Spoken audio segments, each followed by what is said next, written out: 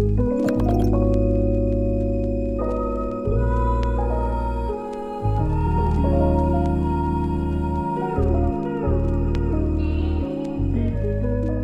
magandang umaga po sa inyong lahat.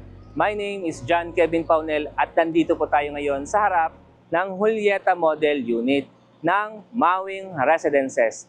Located lamang po yan dito sa Barangay Santa Cruz, Porac, Pampanga. By the way, this model unit ay meron pong minimum lot area na 96 square meters at floor area na 92 square meters. Meron po itong 3 bedrooms, 2 toilet and bathroom, and 1 vehicle carport. But before we proceed on the further details of this model unit, if di ka pa nakasubscribe, please click the subscribe button and hit the notification bell para ma-update po kayo sa mga susunod nating videos. Alam ko pong excited na sila, kaya wag na po nating patagalin. Let's begin.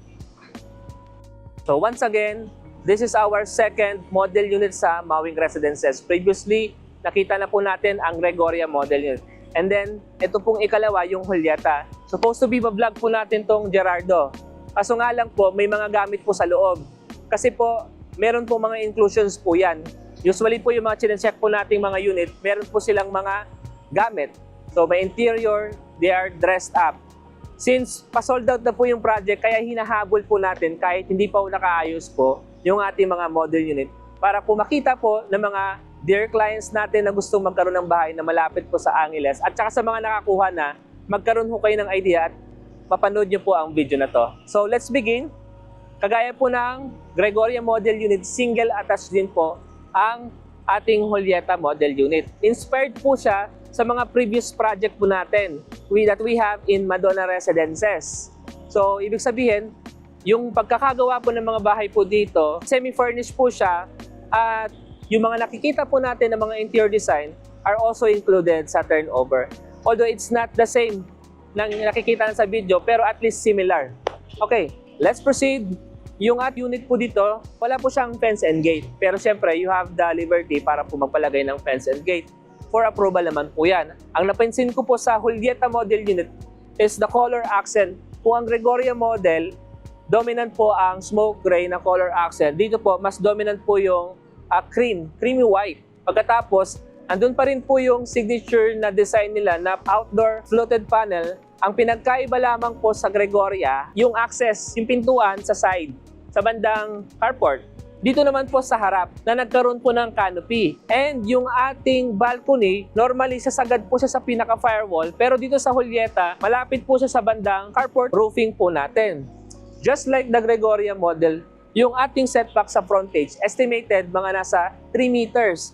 Wala pa lang pong nakasetup na landscape po dito, pero kasama po yun sa delivery of the unit. Meron na po makasama mga plants, small tree, na nakakadagdag po ng aesthetics po sa delivery of the unit. And of course, we have our vehicle carport. Kaya sa mga may sakyan po dyan, hindi nyo na po problemahin yung garahe po sapagkat meron na po yan dito. Meron na rin po siyang roof cover, kasyang-kasya po yung mga SUV, van, pickup truck sapagkat napakahaba. Yung ating dimension po dito, mga nasa halos 3 meters yung lapad. Kung sasagad nyo po yan, if you have 2 cars, pwede po, mag-ano po sila, parallel. Diretso po doon and another car here.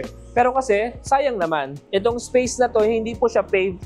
Sinadya po siyang hindi paved para kung sakaling gusto nyo po magpa-extend. Kagaya po ng mga nabanggit po natin, yung mga gusto po ng additional room sa baba kasi wala po tayong ground floor bedroom, pwede po dito. Or you may extend this area as your dedicated home office. Kasi spacious pa naman po yan. May fence na po tayo sa side, wala lang po tayong fence and gate sa harap. And on this area, ito yung pareho lang sa Gregoria. We have our service area. Meron po tayong magkabilang counter which will serve as your dirty kitchen as well. Meron tayong wall cabinet, outlet, electrical outlet here, single outlet dito. Paved na rin yung area. Except dito, meron pa siyang almost 12 inches na setback na hindi po paved para at least, parang pwede pa siyang ma-set up na pwede kang maglagay ng halaman po dito. Well, it's up to you.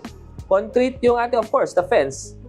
Tapos, dito, hindi lang naka-install pa, pero magkakaroon po dyan ng steel railing. May cover na rin po yung ating service area. We have our access mula dito sa ating service area going inside the unit. Okay, let's go back dito sa harap. By the way, if you have any question, wag po kayong mahiya po na mag-comment sa ating comment section para po masagot po natin. And of course, yung ating main door, sa magkabila, we have 2-panel sliding glass window. Elevated na rin po yung ating doorstep dito. At yung ating pintuan, it is a solid wood panel door. So, let's check the interior space. Let's go. Pagpasok po natin dito sa interior space ng Julieta model, of course, gaya po sa Gregoria, open concept space. Wala pa lang masyadong gamit, pero ito po yung ating formal living area. Ito po yung tinutukoy ko na kasama po sa delivery. Mayroon po siyang ceiling fan dito, yung ating designed cove lighting. Pagkatapos, meron po tayong TV console dito. Sa harap po, meron siyang indoor fluted panel na may electrical outlet. Sa bandang sulok, meron po tayo naka-install na 4 shelves na pwede nyo pagpatungan po ng design plans. Papa-imagine ko po sa inyo, meron po tayong 2 sofa dito. Both 3-seater tsaka isang center table dito. And dito sa tinuturo ko pong area na ito naman po yung spasyo nyo po for your formal dining area. So, medyo spacious din po siya. May mga outlets po tayo dito. Sa turnover po, may kasama na rin pong dito, air condition. Ito po yung ating kitchen area. Mapansin nyo po, we have a bar counter here. Hindi pa lamang po naka-install yung ating mga drop lights, pero kasama po dyan. We have our wall-mounted cabinets and yung ating stainless steel sink. Tapos, meron tayong 2-panel sliding glass window which serves as an air vents. Okay, dito naman po sa right side ko, pagpasensya nyo na wala pang nakakonect po dito na kuryente kasi nga po sineset up pa lang po yung dress top model natin. Ito po yung ating first toilet and bathroom since we have 2 toilet and bathroom dito. Meron tayong glass enclosure, may wall niche. Hindi pa po naka-install pero magkakaroon possible po dyan ng mirror para at least kung gusto nyo mag-ayos, makikita nyo po yung sarili nyo. So we have the water closet and pedestal lavatory. Yung ating toilet and bathroom, meron din po siyang abang for the water heater. May outlet na po yan. And another napansin ko pala dito sa ating Julieta model is yung mga vertical louvers. Meron malapit po sa pintuan tsaka dito. Yung lapad po ng ating staircase, nasa 1 meter po siya. Wood po yung ating steps, pati yung ating handrail.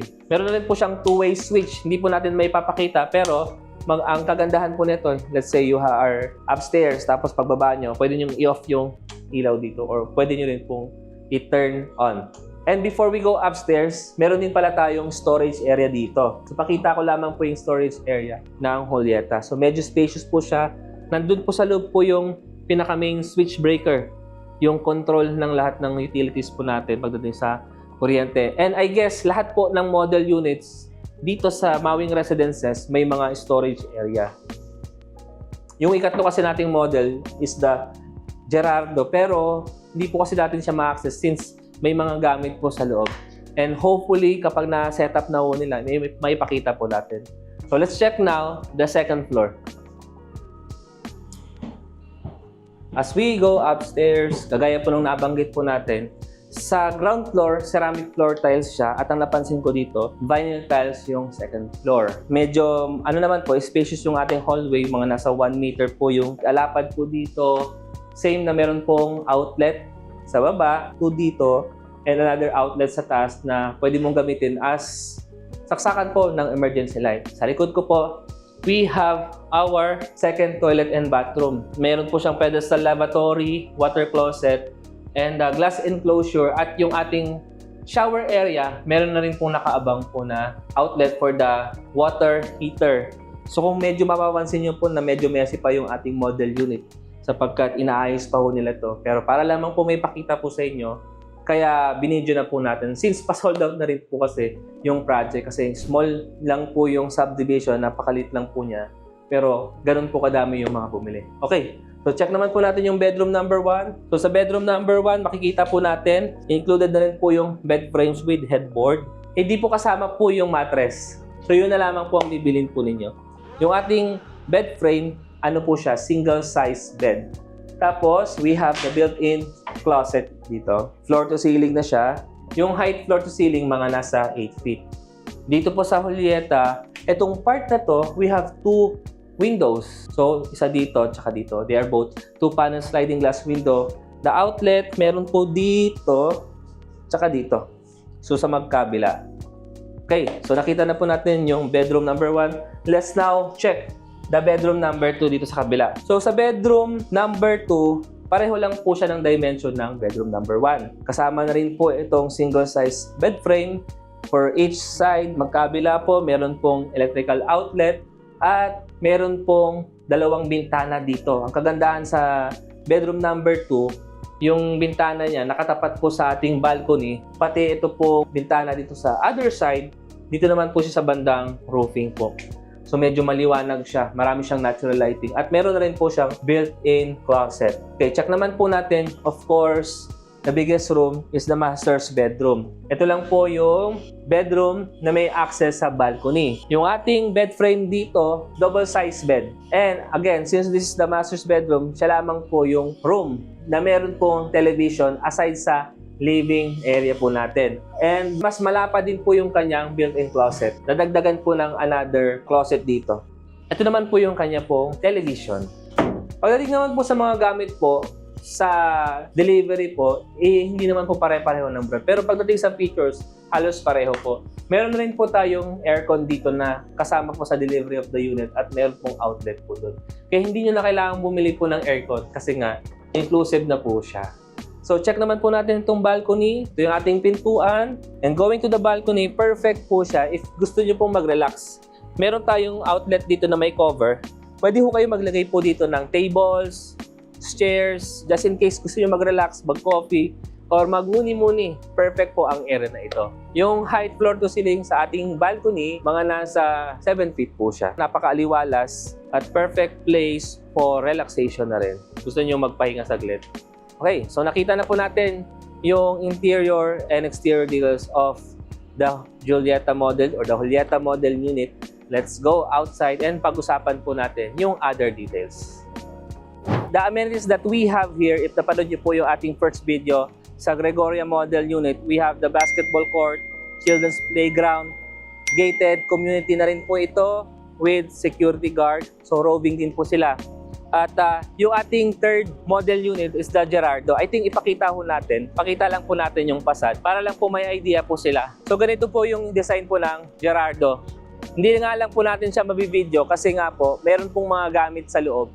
At hindi tayo masyado makakapasok. Medyo messy po siya. Pero at least po, yung lot area and floor area, pareho lang. Ang difference niya lang po yung facade tsaka layout. If you have any question with regards to this model unit, please don't hesitate once again na mag-comment sa ating comment section. Yung price po nito, indicated po siya sa ating description box. Available po siya sa bank financing or cash. Of course, may discount po iyon. So ask nyo lang po sa amin yung details about this project.